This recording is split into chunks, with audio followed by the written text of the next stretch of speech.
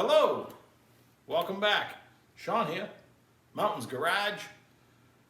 Literally fresh off the plane, back from a Florida vacation with my family. It's a wonderful world we live in. After lunch, they were still boarding the plane in Washington, D.C. We had a layover for a few hours, got us something to eat. Back on the plane, the tug that pushes the plane back got stuck to the front of the plane, so that took an extra 10 minutes. They just cranked the throttles up more. We landed early, through baggage claim, and I was at my house at 2:30. So from Washington, D.C., after lunch to 2:30 in the afternoon, I am home going through my pile of packages that showed up while I was gone. Fortunately, I had somebody bringing the mail in every day, and they were all stacked inside the doorway. But I bought a few things for this, among others. I won't bore you with all this junk, but before I left, I dug out the motor plate that I bought for a different project, and obviously it's raw, needs lots of trimming. I'm actually going to take the other Ilmor block head intake combo and use it for a dummy. The mid plate's already in the car, so I need to bolt the engine to that and then fabricate however this is going to be. Now I want the car to take the LS motor, small block Chevy, a big block Chevy, and I already have the Hemi motor plate. Now the guy that built the car, I've mentioned, built funny cars. If you ever look at a funny car or a dragster, top fuel dragster, anything, the engine is held in with hose clamps. There's half moon brackets that sit on top of the upper frame rail, because I have double frame rails in the front, and there's just a little bracket attached to the motor plate, and it is hose clamped, a nice hose, not a regular hose clamp, typically, you know, the worm T-bar style, whatever, the truck style. So I may duplicate that, we'll see, but I want something that's, you know, the front motor plate is not the same on each engine. Obviously the mid plate never changes, but the front plate has to be able to move, so you can easily swap out different styles of engines. So I just stuck this on here because I wanted to get a view of the dry sump pump and how I could potentially mount it. So we'll get back to that in a minute. While I'm right here, I have one or two of the Ilmor valley covers, and there's nothing special about it. It's, you know, late model Gen 4 architecture. It uses a standoff, and the Holley uses an OEM sensor. There's an actual Ilmor oil pressure sensor hooked to the Holley HP that would have had in the trucks and ARCA cars. But what they do is, in this standoff, they tap an 1/8 inch hole in the back, 1/8 inch pipe, and there's a fitting, I assume, probably goes to a manual gauge. It goes to something, probably a gauge, and that fitting is probably, I'm guessing, not included with the engine, because the failure, this had a failure tag on it from Ilmor, the red tag, saying it didn't pass their standards anymore because somebody had wound the pipe thread in too much. Now I haven't tried, I took the fitting out, I have the fitting, but it was all the way in. If you're using pipe thread, the nut shouldn't go all the way in. It should pretty much stop halfway down the threads because it's tapered. Whoever put this in, some aspiring NASCAR mechanic, must have wound it right in there tight. Who knows? So I didn't have a gasket for the valley cover anyway. If you go online, eBay, Amazon, whatever, you can buy a valley cover with the gasket and bolts for less money than I can buy a gasket for, or similar money, and especially if you include the bolts. So that's what I did. I actually bought 2 of them, because, you know, 2 of everything. So I get an OEM style bolt, which is nice, actually matches these. These are ICT billet bolts, and these are whatever brand, but the cover itself, you look at the indentations and stuff, I can't tell the difference.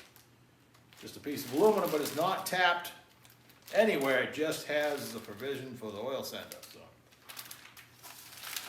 it's not a bad idea knowing I can tap that. However, the dot block has an 1/8 inch pipe plug right in the block behind it that has live oil.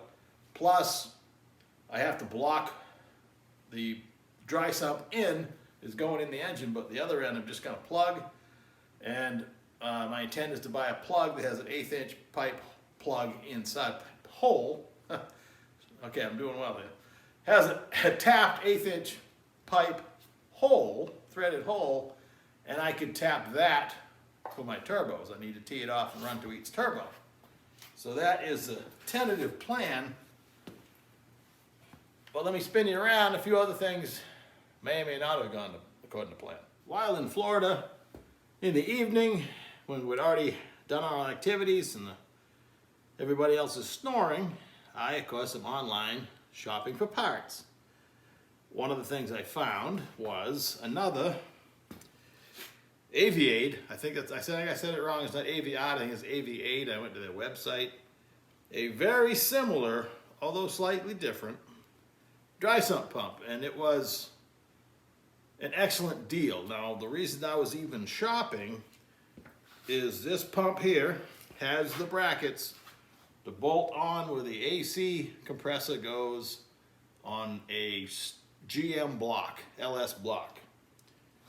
And the spacing, disregard the aluminum spacer, but this cog right here would drive behind the pulley. Everything lines up. This is a nice setup. Not giving up on it, but I was shopping actually for the brackets to convert the block mount. When they're mounted to the motor plate, they have these wings, they call them. And this will either straddle the motor plate or sit in front of it. You can actually adjust it, which is nice. You cannot adjust with this one other than shims. So I haven't priced out what the wings would cost, plus the kit to rebuild it, which I may or may not rebuild them anyway. The pump was such a good deal, I went ahead and bought it. Again, thinking two of everything as usual. And before I had bought the extra pump, I had gone ahead, well, we're going to hold that for a second because that gets complicated. So I now have a pump that'll bolt. Well, I still have to create all the mounting for it, but it's positioned correctly to run on the mandrel that I was envisioning. I actually bought another mandrel too, a NASCAR surplus one, because this is small and big block Chevy. The only difference between small and big block Chevy is the thread. Small block would be fine thread. Big block is coarse thread where it goes into the balancer for the lower pulley. But everything else is the same. I like this style. Pulleys are readily available everywhere in different diameters because I have how this pump was run. It is 25 tooth drive and a 40 tooth driven. And there's charts to tell you that's 20-something% drive, I believe. So, excuse me. So you can buy all that, stack it up here. What I don't like about this particular mandrel is this little 9/16, unless I make some kind of big nut to put a socket on to turn the engine. I don't really have a good way to turn the engine. So, well, other than taking this off and using the crank bolt, which is hidden behind this. So, the NASCAR one I bought, the last piece to go on is a big nut just for turning the engine. This engine is hydraulic roller, so pretty much set it and forget it. I won't really be needing to buy the engine over, but if you wanted to, it would be nice to be able to. So, the happy accident buying the second pump is the fittings on the bottom. It comes with the ORB O-ring base, and they take an AN fitting on this side. So it's an adapter fitting. The Brown & Miller hoses that I bought a 10 or a dozen, I forget. These go into my oil pan. They swivel, they have the filter. And this end would not fit this pump, but it fits this pump. So now I can use my hoses with no further adapters needed. But before I bought the pump, see how this spirals? I bought these Fragola -12 ORB that should slide into the pan. They have the filter. The filter should just clear. I measured the depth before I bought them. These were nearly $30 a piece. -12 ORB. Should be universal. Fragola, excellent name, made in America. Shouldn't be any problem. I've already threaded this Brown and Miller fitting into the pan, O-ring base, several times. These should be the same. This fitting does not want to go more than one turn without having to force it. Disappointing. So I figured, well, maybe I did something wrong. I had also bought, I made a mistake. I thought the in and out in the dot block was -12 as well, O-ring base, but it's actually -10. So these two fittings that I bought, this was the one that I mentioned with the 1/8 inch port in it that I was going to drive my, run my oil and my turbos from. And this is the actual high pressure oil from the dry sump pump into the block. But these are both -12 ORB, like everything else I've been talking about. The ICT billet is an aluminum fitting. It's made in America. And it threads in, almost a little loose, but it threads in. So if you keep it up here, the Brown and Miller fits perfect. It's been in the pan, been thousands of miles at wide open throttle. Hopefully never leaked. The Fragola fitting won't fit without doing something forceful. The ICT billet threads right in. Now of all these, the only non-American one is this Red Horse fitting that I bought. It says made in China right on it. It fits with the same quality as the Brown and Miller fitting. It spins in, it's tight, but it's smooth. Goes all the way down to the O-ring. Make of that what you may. Again, I've always heard Fragola is the best. I'm not saying that not, well, one of the best American companies for fittings. There's something going on I don't understand, because it is the only one that doesn't fit. But I'll get to the bottom of it and report back. While I was buying stuff, it bothered me that the LSX rear cover that I had to put on the dot block, again, my dot block paperwork that's just generic to all the other dot blocks other than the Ilmor engineering block that is ACA and NASCAR. That's what I have, what I'm working with here. They all take a stock Chevy gasket and stock Chevy rear cover. This I had to get an LSX rear cover. I actually got a used one from the Ilmor engines. I tracked down the correct O-rings. It doesn't have the nice, robust, leak-proof gasket. Now I got these silly O-rings, but at least they're inexpensive. I bought 2 of each, more of the General Motors. They're like $3 and $5 a set. So having more in stock isn't a big deal. It's just if you don't have it and you had to fix a leak, I guess you're going to be using a tube or something. So that would be disappointing.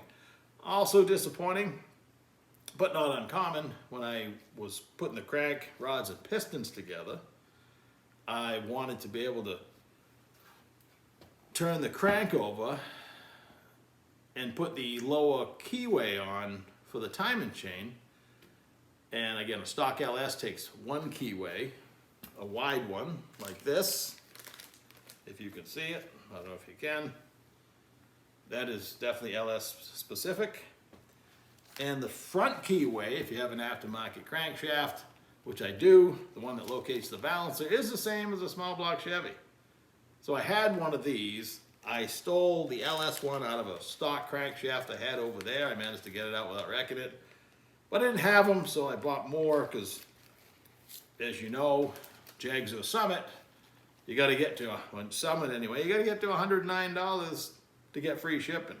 You'd be a fool not to get a few trinkets that you need. If you could think of them at the time, that's the hardest part. Sometimes I'll sit there and scratch my head. I said, I know as soon as I press the order button, I'm going to remember something else that I need. So, one more cool thing that I picked up while I was buying a lot of the Ilmor stuff was, I guess you'd call it a restrictor plate. It has the number with a sticker on it. It also has it stamped in it right there and who measured it. But I thought they restricted them all in the Holley HP EFI system, but apparently I gotta assume this is Daytona or Talladega, but that is quite the restrictor. Yesterday I was at Daytona International Speedway. I took the tour. I had taken it a few years back when they were still under construction of the new grandstand, or the reimagining, whatever they call it. And the tour is pretty neat. And of course the winning car from last Monday night, William Byron's car, is in the museum, still covered in champagne and confetti. It was nice when they dropped us off after the tour. They drop you off at the museum, and the guy that meets you at the door told you about the car, and he finally answered my question I've asked before.